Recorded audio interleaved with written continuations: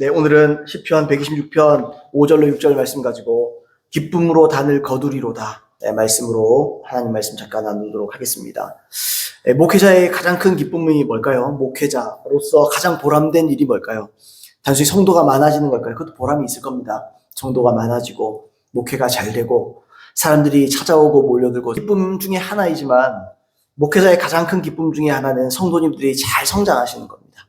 잘 성장하시고 그리고 복을 받고 아픈 곳 없고 이 땅에서도 장수하시고 장수하는데 겨우겨우 연명하는 게 아니고 모세처럼 잘 이렇게 살고 그리고 그 성장을 통해서 후손들에게도 믿음을 이렇게 보여줄 수 있고 참 그런 것들 참 기쁨이에요.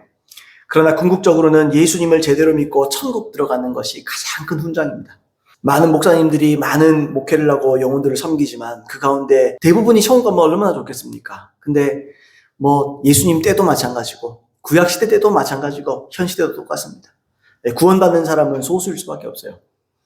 또 예수 믿는 사람들 중에서도 우리가 씨 뿌리는 비유에서도 봤지만 4분의 1 정도라고 우리가 본다면 진짜 예수 믿고 천국 가는 사람들이 참 드문, 원래 천국 가는 사람은 드뭅니다. 원래 적습니다. 그래서 우리는 최선을 다해서 천국 가야 될 줄 믿습니다. 아무튼 목회자가 가장 궁극적으로 기뻐할 일은 내 구원도 구원이에요. 내가 구원받는 게 사실 제일 좋죠.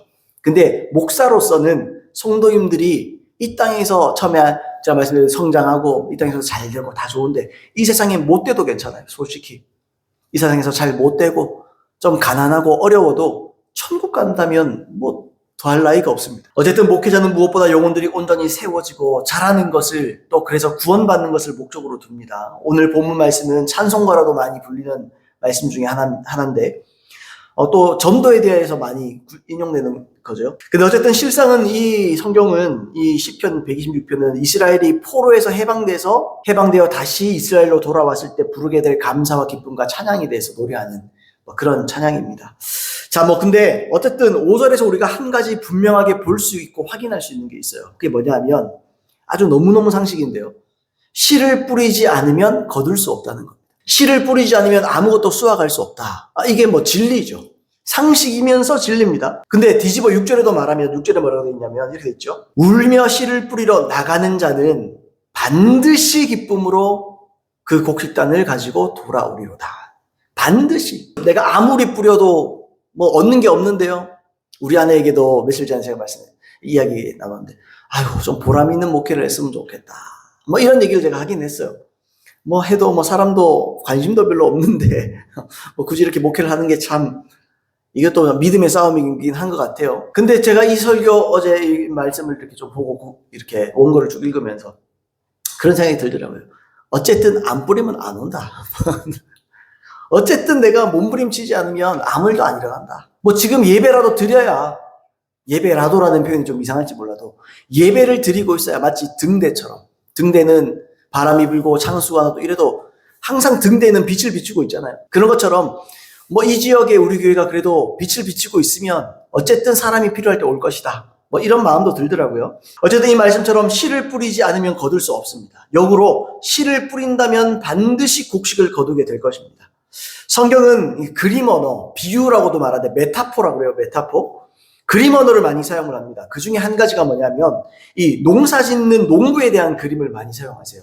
그걸 예수님도 사용을 하셨고 예수님 스스로에게도 사용을 하셨고 하나님 아버지에게도 사용을 하셨고 또 목회자였던 또 사역자였던 사도 바울도 사역자와 성도 사이의 그림을 이 농사 짓는 농부로서 이 그림을 사용합니다. 고린도전서 3장 6절로 7절 말씀해 보시면 이런 말씀이 있습니다.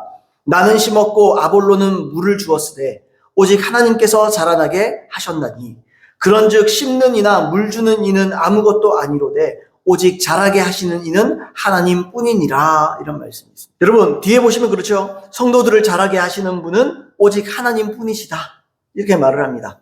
근데 물론 하나님께서 우리를 자라게 하세요. 근데 가만히 있다고 자라게 하지 않습니다. 6절이 중요하죠. 사역자가 씨를 뿌리고 물을 주지 않으면 하나님이 자라게 못하십니다. 그러니까 목회자가 보통 하나님의 종이라고 불리는 이유는 물론 우리 예수 믿는 사람은 다 하나님의 종입니다. 그런데 유독 하나님의 종으로서 이 목회자를 말하는 이유는 하나님과 협력을 하는 거죠. 하나님과 협력을 합니다.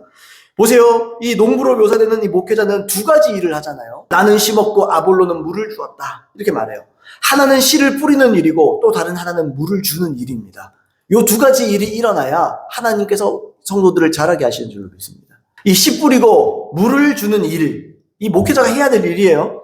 먼저 씨를 뿌린다. 이 표현은 제가 앞에서도 씨 뿌리는 비유를 말했지만 씨는 곧 말씀입니다. 말씀. 목회자는 말씀을 뿌려야 돼요. 하나님의 말씀을 잘 뿌려야 됩니다. 많은 사람이 들을 수 있도록 뿌려야 돼요.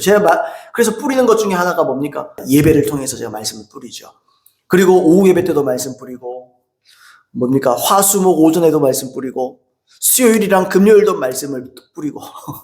그를 제가 이제 열심히 해야 되는 거 하는 거죠. 그뿐만 아니고 그 말씀을 잘 정제해가지고, 정리해가지고, 유튜브를 통해서 말씀을 뿌리기도 하고, 뭐 관심이 있든가 없든가 나는 뿌린다. 뭐 뿌리는 겁니다. 뿌리는 거. 그 다음에 물을 줘야 되죠. 물을 준다는 게 뭡니까? 물을 준다는 것은 배에서 생수의 강이 흘러 넘치리라 라는 말씀처럼 물은 곧 성령을 의미한다고 저는 생각해요. 성령. 하나님의 성령. 그래서 목회자는 사도행전에 보시면 사도 베드로가 뭐라고 말합니까? 우리가 말씀 전하는 것과 기도하는 일에 전심하리라 그렇게. 그래서 목사는요, 기도하는 것과 말씀을 전하는 일에 전념해야 됩니다. 전심전력을 해야 되는 거예요. 근데 보세요. 제가 이렇게 열심히 바울이 씨를 뿌리고 누굽니까? 아볼로가 물을 주는 일을 열심히 해도 문제는 뭐냐? 이 성도들이 어떻게 받아들이냐는 거예요. 그 말씀을 듣는 사람들이 어떻게 받아들이느냐, 이게 중요한 거예요.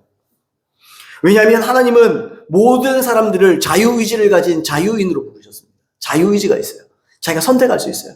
그를 들을 수도 있고 안 들을 수도 있는 거예요. 받아들이고 말지는 이 결정은 성도들에게 달린 겁니다. 그래서 오늘은 말씀과 성령을 받고 자라기 위해서 목회자의 사역에 성도들이 어떻게 반응해야 되고 스스로 어떻게 적용해야 되는가에 대해서 좀 살펴보기를 원합니다. 자, 첫 번째로 목회자는 말씀을 심고 성도는 말씀을 들어야 됩니다. 너무 뻔한 얘기죠. 목회자는 말씀을 심어야 되고요. 성도는 그 말씀을 받아들여야 됩니다. 그러니까 목회자와 성도가 이게 되면요, 티키타카가 되는 거예요.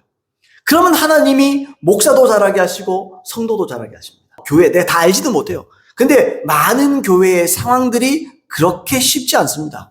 그렇게 잘 자라지 않습니다. 성도님들이 10년, 20년, 30년 동안 신앙생활을 해도 자라지를 못하는 거예요. 자라지를 못해요. 왜요? 말씀을 받아들이는 법을 몰라요. 항상 비판적이야.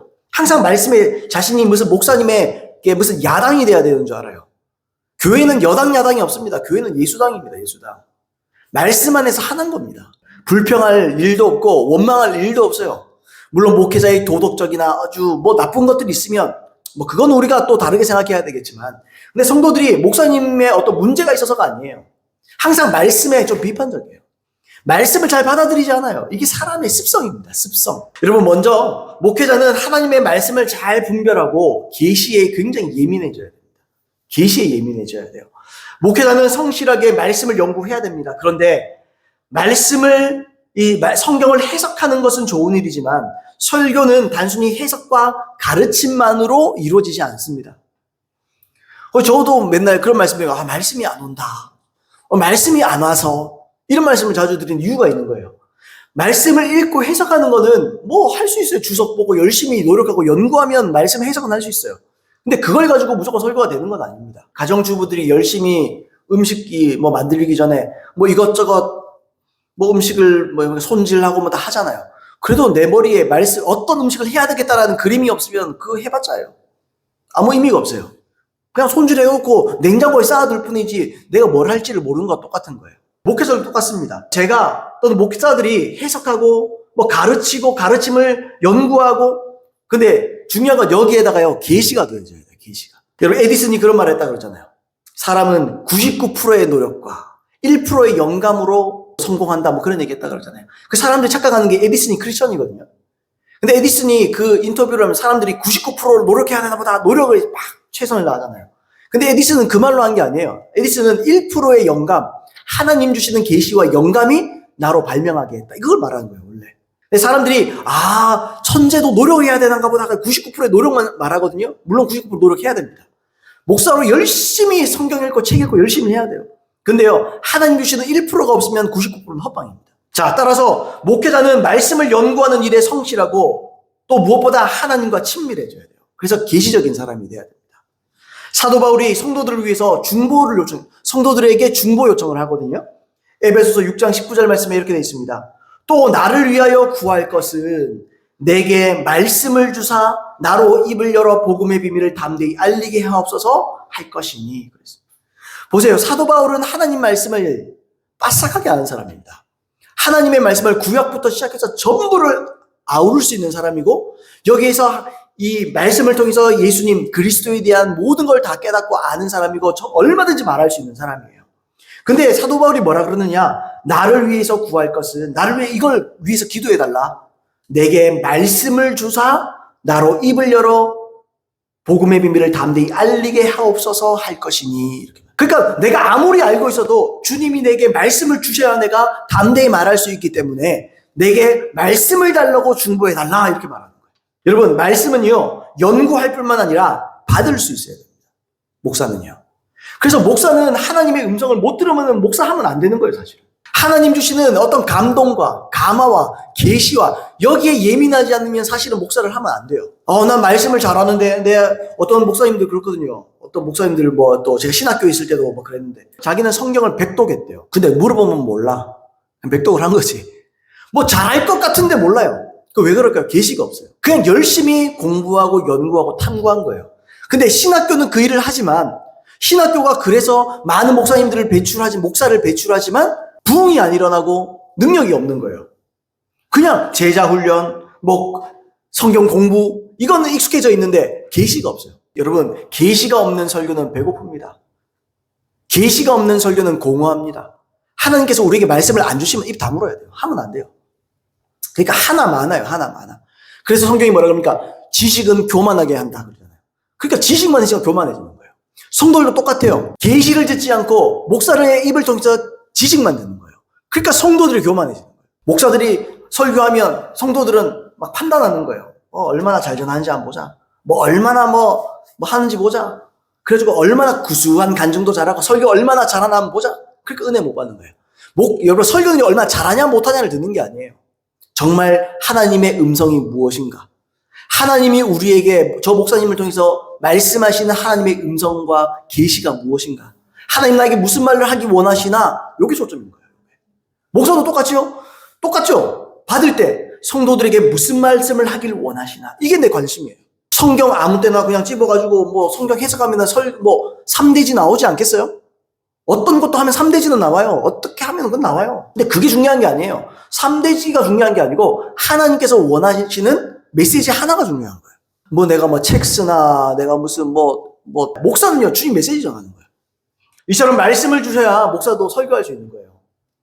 그 설교를 담대하게 전할 수 있는 것입니다. 사도 바울이 성도들에게 기도를 요청하신 것처럼 저도 여러분들에게 기도를 요청드리는 겁니다. 여러분, 저를 위해서 기도해 주십시오. 저에게 말씀이 임하도록 기도해 주십시오.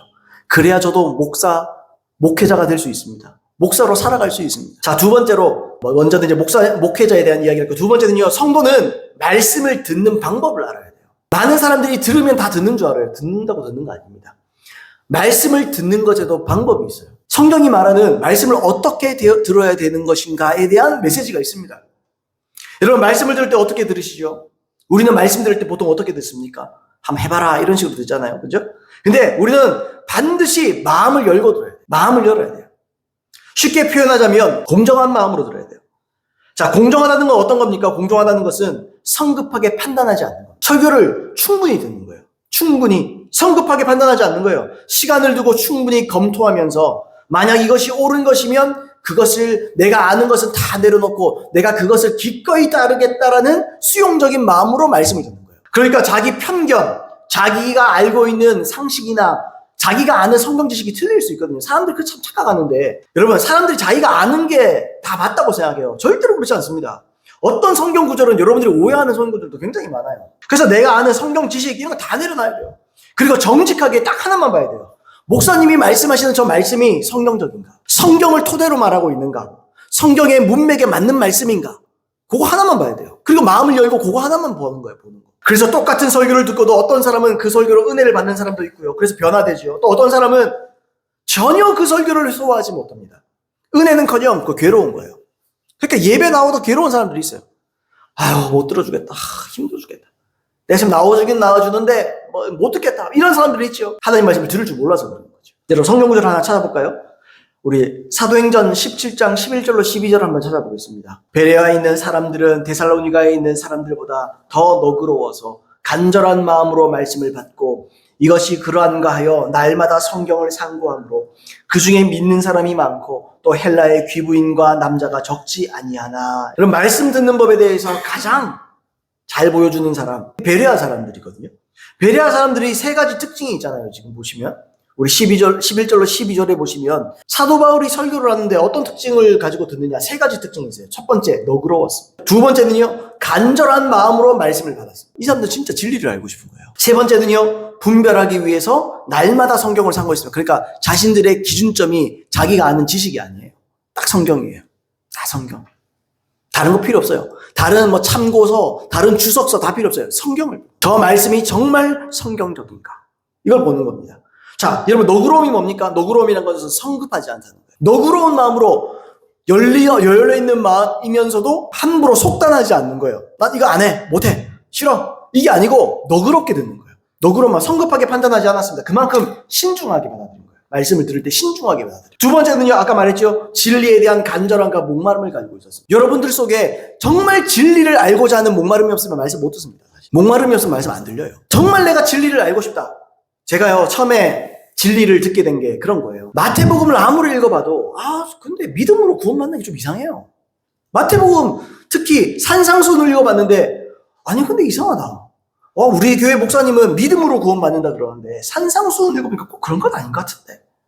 왜요? 하나님의 뜻대로 행하는 자라야 들어가리라 그렇게 말했으니까 행해야 되는데 항상 그게 의문점이고 궁금했거든요. 첫 번째 그거. 두 번째 절대 주권에 의한 예정, 이중 예언에 대해서 이상하다. 하나님이 모든 사람을 디모데전서의 말씀처럼 하나님은 모든 사람이 구원받기를 원하신다 그랬는데 왜 하나님이 이중 예언, 어떤 사람은 구원받기 위해서 어떤 사람은 버리기 위해서 예정을 해놨는가? 좀 이상하다. 알 수 없다. 뭔가 이게 난 납득이 안 된다.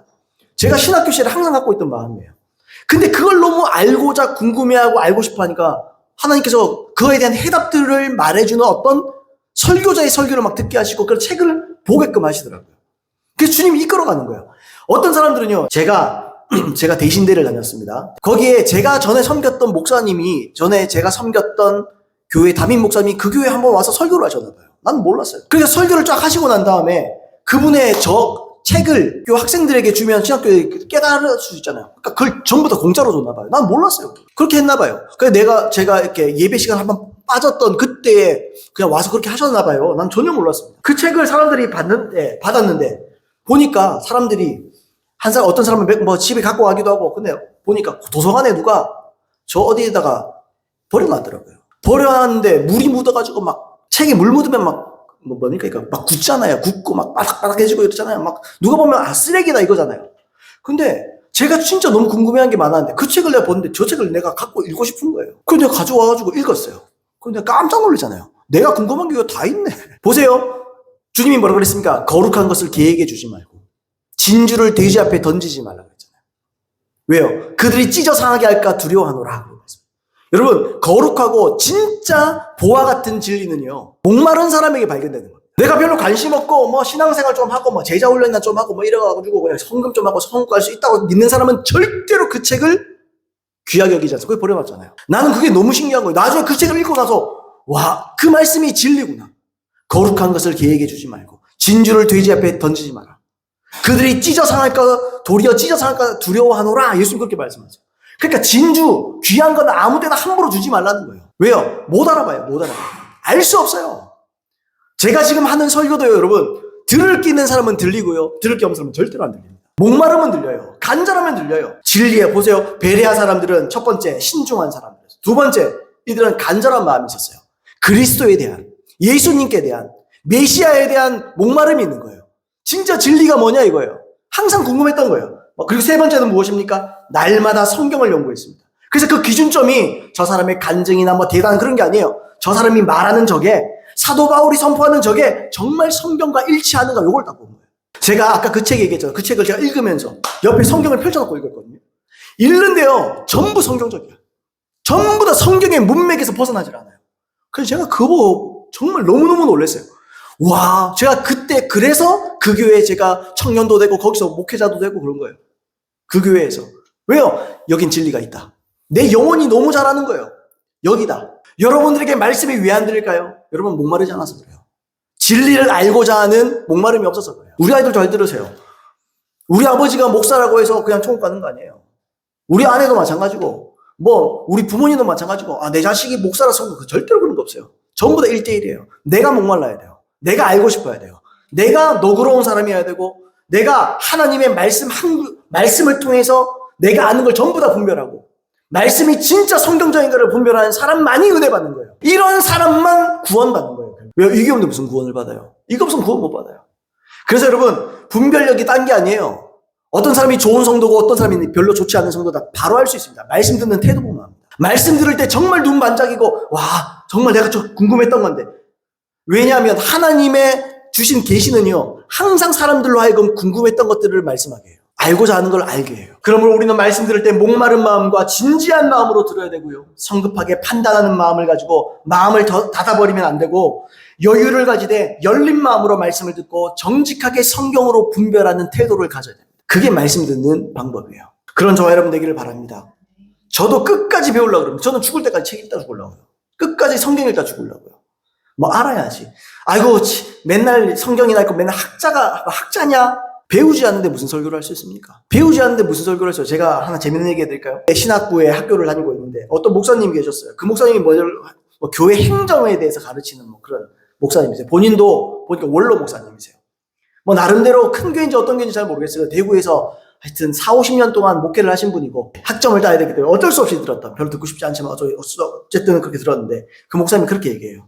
자기가 행정적으로 1년 동안 어떻게 자기가 어떻게 설교를 구상하고 어떻게 설교를 1년 동안 하는지 1년씩을 가르치고 1년씩으로 자기는 통으로 계획을 한대요. 그러면서 자신있게 얘기하더라고요. 뭐라고 얘기하느냐?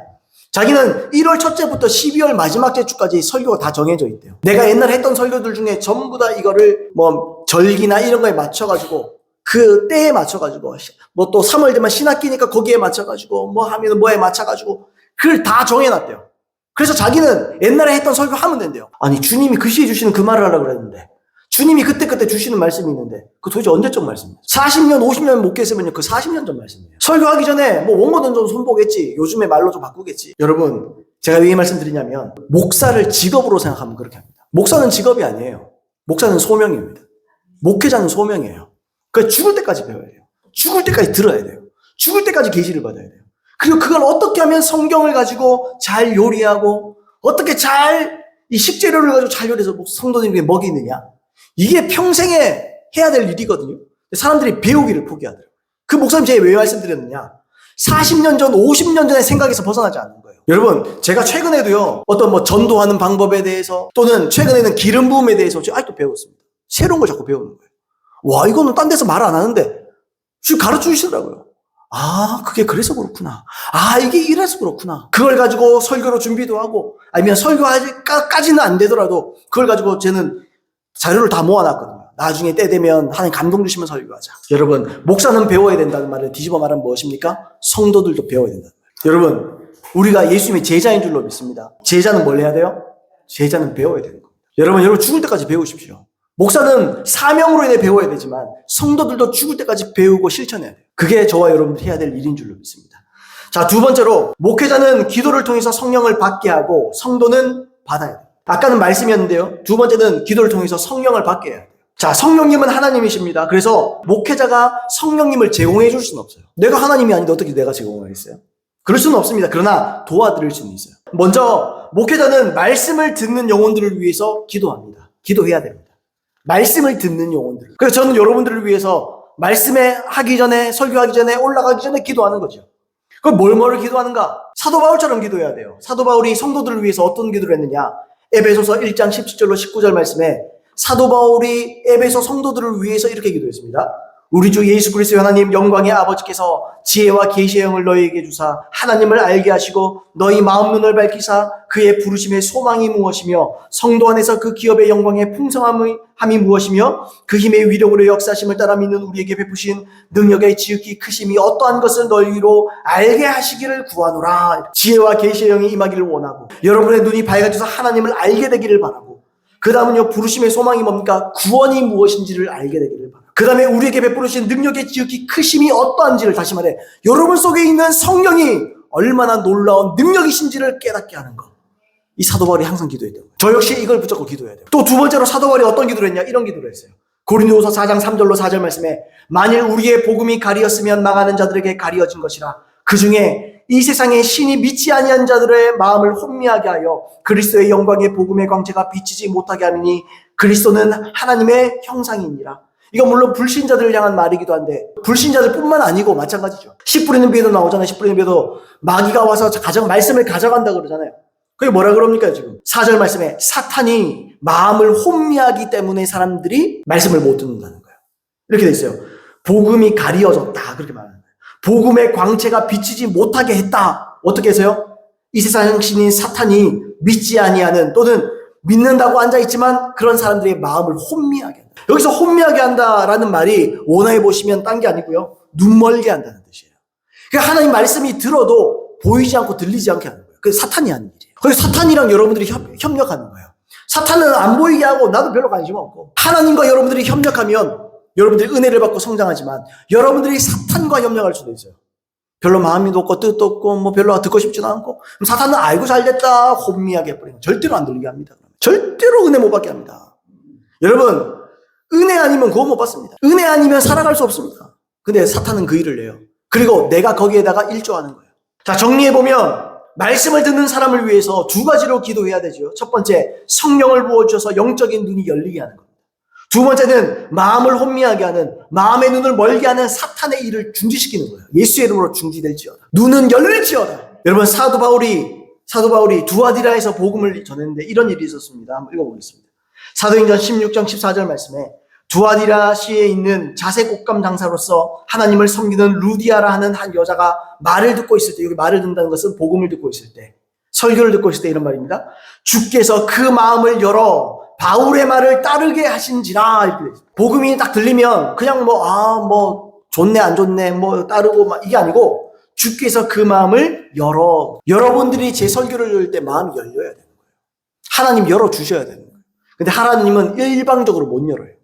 여러분들이 아까 처음에 말했던 대로 너그러운 마음과 베레아 같은 사람들로 마음을 열면, 마음을 갖고 있으면 주님 마음을. 그래서 결국 바울의 말을 따르겠다 그러죠. 그건 다른 게 아니라 복음을 따르게 하는 거예요. 제가 지금 선포하는 이 말씀을 따르게 하는 거예요. 복음의 순종이 언제 일어나요? 여러분들의 마음이 하나님으로 말미암아 열려야 됩니다. 근데 그건 하나님이 일방적으로 할 수 있는 일이 아니에요. 여러분들이 말씀을 사모하고 알고 싶어하고 궁금해하고 은혜 받고자 하는 마음이 있어야 하나님께서 여러분 마음 열어주시는 거예요. 자, 이 모든 것은 하나님과 우리의 협력을 통해서 이루어집니다. 목사는 목사로서, 성도는 성도로서, 하나님은 하나님으로서 하시는 그 일들이 서로 협력할 때 이 모든 일이 이루어지는 것인 줄로 믿습니다. 또 한 명의 예를 들자면 이방인이었지만 하나님을 경외했던, 하나님을 섬겼던 고넬료라는 사람이 있잖아요. 그는 사도 베드로를 청해서 자신의 집에서 가족들과 함께 복음을 듣기 위해서 노력했습니다. 와주세요. 와서 말씀 전해주세요. 그러죠? 그때 성령께서 말씀 듣는 그 시간에 사도행전 10장 44절에 베드로가 이 말을 할 때에 성령이 말씀 듣는 모든 사람에게 내려오시니. 똑같죠? 제가 지금 여러분께 설교하잖아요. 근데 하나님의 성령이 여러분께 안 내려오시죠? 왜 안 내려오죠? 간절하게 안 들어서 그렇죠. 고넬료와 같은 마음으로 들었으면 하나님의 성령이 여러분 속에 내립니다. 임합니다. 성령이 말씀 듣는 모든 사람에게 내려오시니. 여러분, 이게 예배예요. 예배는 딴 게 아니에요. 말씀을 들을 때 성령이 여러분 속에 내려오셔야 돼요. 여러분에게 성령이 내려오셔야 돼요. 그래서 이들이 방언도 하게 되고 하나님을 찬송하게 되었다. 그렇게 말하죠. 복음을 받아들이고 믿게 되었다. 이런 말이거든요. 고넬료는 이방인이었지만 하나님을 경외하는 사람이었습니다. 그리고 경건한 사람이었고 항상 기도하는 사람이었습니다. 제가 이 말씀을 왜 드립니까? 이 사람은 말씀을 들을 준비가 되어 있는 사람이었어요. 오죽하면 사람을 보내가지고, 이 사람 이방인이라니까요. 근데 이방인인데 하나님의 음성을 들어요. 불러다가 네가 진리를 듣게, 너에게 진리를 선포하게 해라. 이 말이 뭐죠? 평소에 고넬료가 진리 듣기를 간절히 사모한 거죠. 그러니까 주님이 감동을 주는 거예요. 주님께서 말씀을 하시는 거예요. 저 사도 베드로라는 사람이 저기 가면 있다. 사람들을 보내가지고 말씀 듣게끔 해라. 너희는 말씀을 들어라. 그러면서 고넬료가 어떻게 반응합니까? 베드로가 딱 들어왔어요. 그리고 우리가 말씀 좀 들려주십시오 이렇게 말 안 해요. 우리가 모두 하나님 앞에 있나이다. 베드로를 하나님이라고. 그러니까 진짜 베드로가 하나님이란 말이 아니고 베드로가 하는 그 말씀이 하나님의 말씀인 것을 내가 믿고 듣습니다. 그러니까 여러분들 지금 설교 들을 때 어떻게 들어야 돼요? 제 설교를 하나님 앞에서 듣는 것처럼 들으셔야 돼요. 제가 지금 저를 높이고 어깨에 힘주고 이런 소리를 하는 게 아니에요. 여러분들이 은혜를 받으려면 여러분들에게는 제가 자식이면 안 돼요. 여러분들에게 제가 아버지면 안 돼요. 남편이면 안 돼요. 하나님 앞에서 마치 듣는 것처럼 말씀을 들으셔야 돼요. 그러면 은혜가 여러분에게 내려옵니다. 성령이 여러분에게 내려오는 거예요. 그러면 여러분들이 가만히 있어도 방언 터지고, 가만히 있어도 예언이 임하고, 가만히 있어도 치유의 능력이 임하고, 가만히 있어도 여러분들의 변화되는 거예요. 제가 너무 흥분했습니까? 흥분이 되네요. 이해되십니까, 여러분? 그래서 고넬료가 어떻게 돼요? 결국에는 고넬료와 그의 가족들과 그의 친구들과 그의 종들이 전부 다 예수님 믿게 됩니다. 다 성령이 부어진 거예요. 자, 이건 지금 목사 입장에서 얘기했습니다. 두 번째로, 성도 역시 스스로를 위해서 제가 앞에 말했던 이 기도를 다 해야 됩니다. 목사님이 나를 위해서 기도해주고, 지혜와 계시형이 임하도록 기도해주고, 복음의 광채가 잘 미치도록 기도해줘야지. 내가 은혜 못 받는 거는 내 탓이 아니네. 목회자 탓이네. 전혀 잘못 생각하는 거죠. 아닙니다. 보세요. 고넬료가 목회자가 아니잖아요. 그는 유대교인이면서도 이방인이었어요. 근데 그의 눈이 열리니까 하나님을 알고 섬기게 됩니다. 그는 사도 베드로에게 기도를 요청한 게 아니에요. 복음 듣기를 원했다는 거예요. 제 말은. 그러니까 그는 이전부터 말씀 들을 준비를 이미 하고 있었던 거죠. 여러분이 스스로 기도하셔야 됩니다. 무슨 기도합니까? 주여, 하나님의 말씀을 들을 때 지혜와 계시의 영이 내게 임하게 하여 주시고, 사탄이 내가 말씀을 들을 때 내 눈을 혼미하게 하여 방해하지 않도록 역사하여 주시옵소서. 이 기도를 여러분들 하셔야 돼요. 저도 여러분들을 위해서 기도하고 마찬가지지만 여러분들이 기도하셔야 돼요. 저는요, 여러분들을 위해서 기도하는 것은 중보기도입니다. 중보기도. 다른 사람을 위해서 기도해 주는 거예요. 중보기도도 중요하죠. 근데 중보기도는 한 다리 건너서 기도하는 거예요. 여러분들은 여러분 자신을 위해서 기도해요. 여러분들은 여러분들이 은혜 받을 수 있도록 기도하셔야 돼요. 주님, 말씀 듣는데 내 눈이 열리게 하여 주시고, 내가 베레아 사람처럼 말씀을 사모하고 간절히 듣게 하여 주시고, 성경을 통해서 분별할 수 있는 지식과 은혜를 내게 부어주시고 분별력을 주시고, 그뿐 아니라 내 마음을 혼미하게 하여 복음을 듣는 것을 방해하는 사탄의 모든 역사를 물리쳐 주시옵소서. 이런 마음이 없으면 절대로 은혜 못 받습니다. 제가 지금 말씀 듣는 법을 가르쳐 드려요. 목사는 목사로서 제가 해야 될 노력이 있고, 여러분도 여러분들이 해야 될 일이 있는 거예요. 여러분, 결론을 말씀드리겠습니다. 여러분, 말씀에 모든 것이 달린 줄로 믿습니다. 말씀에서 모든 게 시작되는 거예요. 빛이 있으라 주님이 말씀하실 때 모든 게 시작되는 거예요. 여러분 속에 주님이 예수님의 십자가와 부활을 말씀을 통해서 여러분들에게 깨닫게 하시고 알게 하실 때, 그때 여러분들에게 복음이 의미가 있어지는 거예요. 그러므로 우리 어떻게 해야 되죠? 여러분, 말씀 듣는 법을 배우십시오. 말씀 듣는 법을 제 설교를 통해서 여러분께 주님께서 가르쳐 주셨습니다. 이거를 절대로 놓치지 마세요. 그리고 매주 또는 주중에 있을 때 어떤 은혜 받는 시간에 있을 때도 그냥 와가지고 그냥 기도 좀 하다 가야지, 이게 아니고 말씀을 통해서 은혜를 받아야 돼요. 말씀을 통해서 기도가 시작돼야 되고, 말씀을 통해서 순종이 시작돼야 돼요. 말씀을 통해서 모든 것이 시작돼야 됩니다. 그래야 의미가 있는 거예요.